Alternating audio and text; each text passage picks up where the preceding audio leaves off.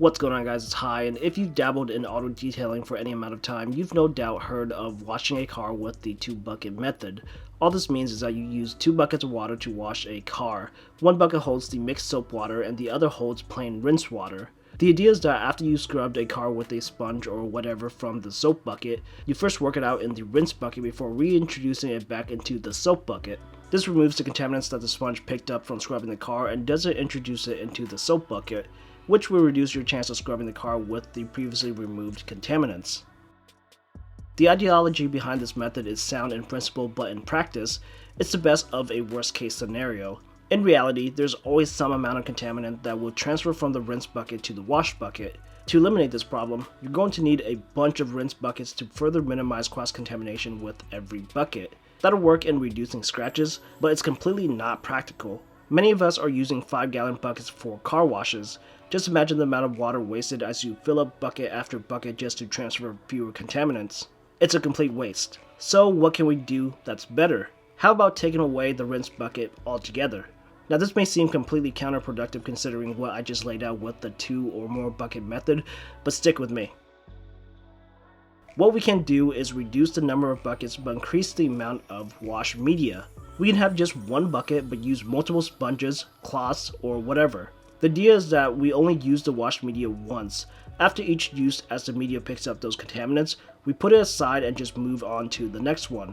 This way we know for sure we are not cross-contaminating and bringing dirt and debris into our clean soap bucket. So then the question becomes, how many sponges do I need? Well, that's going to be dependent on the vehicle and the user.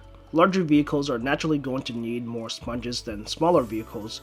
You can't expect to be able to wash a F450 with the same number of sponges as a smart car.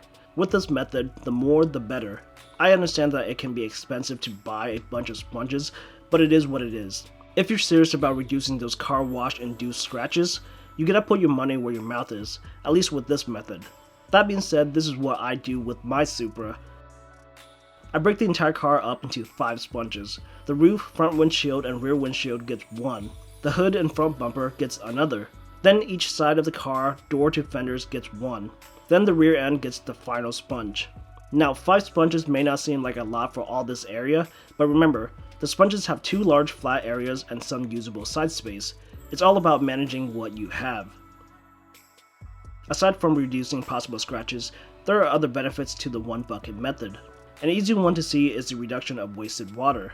Right off the bat, we're saving 1 bucket and potentially 5 gallons of water. This helps the environment and helps with the water bill. The next benefit would be that this saves us some time. Without needing to rinse the sponges after every use, we can just clean one panel after another without wasting time in between. This leads to another benefit, and that is the reduction of time spent playing in the water. If you wash cars during cold climates, then I'm sure you can understand my want of spending as little time in the bucket with cold water as possible. Detailing outdoors in the winter sucks enough already. No need in getting physical damage from long exposure to cold water.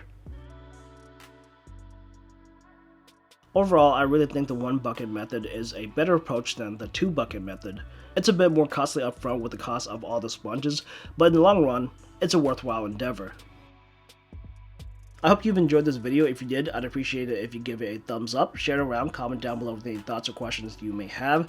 Don't forget to subscribe to this channel for more content, and if you want to further support my work, consider hitting the join button down below and become a member of this channel, or become a patron on Patron. Thanks a lot for watching this video, and I'll see you guys in the next one.